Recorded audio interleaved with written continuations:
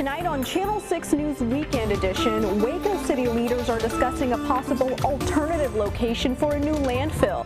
Plus, 5 people are dead after a gunman opened fire on a Texas nursing home. And later, our streak of 100-degree weather could be coming to an end. And on top of that, we're tracking rain chances. Your full forecast is coming up. It's the top of the hour. Channel 6 News Weekend Edition starts right now.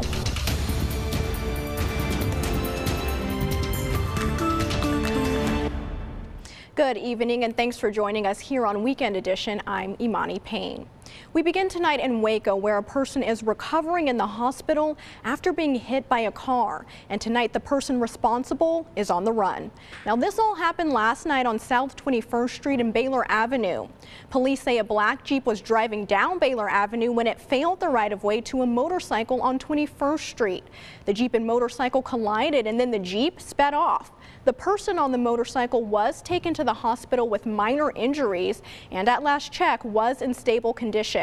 That Jeep will have scratches on the front and some damage to the lower bumper. If you know anything, contact Waco Police. And in Killeen, police are looking for this man. This after receiving a report from someone who said their car was broken into back on July 5th. They also said their wallet and credit cards were stolen from the car as well. Then police say this man used one of those stolen credit cards at a Killeen Walmart. If you know who he is, contact Bell County Crime Stoppers. A good tip could lead to a $1,000 cash reward. Well, it's time now for a first check of our weather. Here's a look outside of our Temple studio. It's clear out today, but I'm hoping for some rain. Meteorologist Zach Scott is standing by with all of the answers. Hey, Zach. Hey there, Bonnie. I'm hoping for some rain too, especially when we put it in the forecast for multiple days. Hey, Zach. The Bell County Sheriff's Office is asking the community to be alert as a string of phone scams are making the rounds. Now, officials say the first scam involves a person pretending to be from the IRS. They'll ask you to cough up some cash for unpaid taxes or threaten to arrest you. The second scam involves a person pretending to be with the sheriff's office. They'll call you up, say you need to pay a fine, or you guessed it, you'll be arrested. Officials say the scams are targeting elderly people.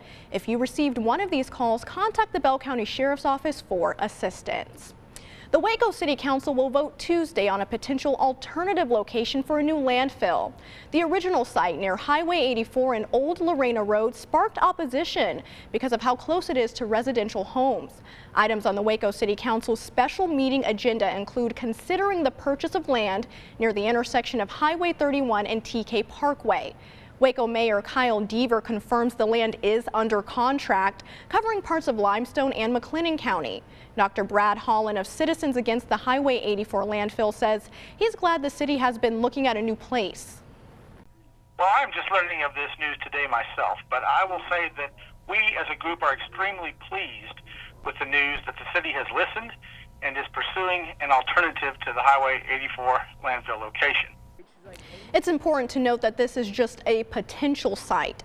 Again, Waco City Council will meet on Tuesday to discuss the new location.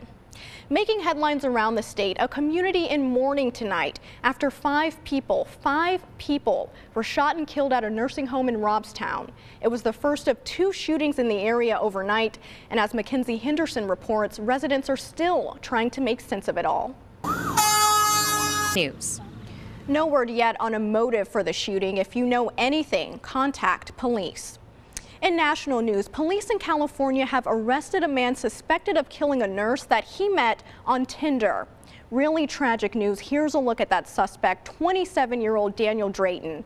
Police say he allegedly killed Samantha Stewart, who was found naked and unresponsive by her brother in her own bedroom last week. Police found Drayton in Hollywood, where they say he had sexually assaulted and strangled another victim that he was holding captive. And just last month, the man was arrested and released from jail for attacking another woman. Stewart's father says if Drayton had been held in jail, his daughter would still be alive. A monster like that should be in jail. There's no reason. This is a broken system for somebody like him to be released and released on his own, to be roaming the street, to kill my daughter. Police believe there could be even more victims. Drayton is expected to face a judge in California next week. Also in national news, the funeral for a 28-year-old father of 3 who was shot outside of a food store was held earlier today. Last week, Marquise McLaughlin was shot outside of a Circle A food store in Florida after his girlfriend got into an argument with a man over a handicapped parking space. Marquise intervened and pushed the man down, and that's when that man shot Marquise in the chest. The shooter was not arrested because police said this was a case of stand your ground.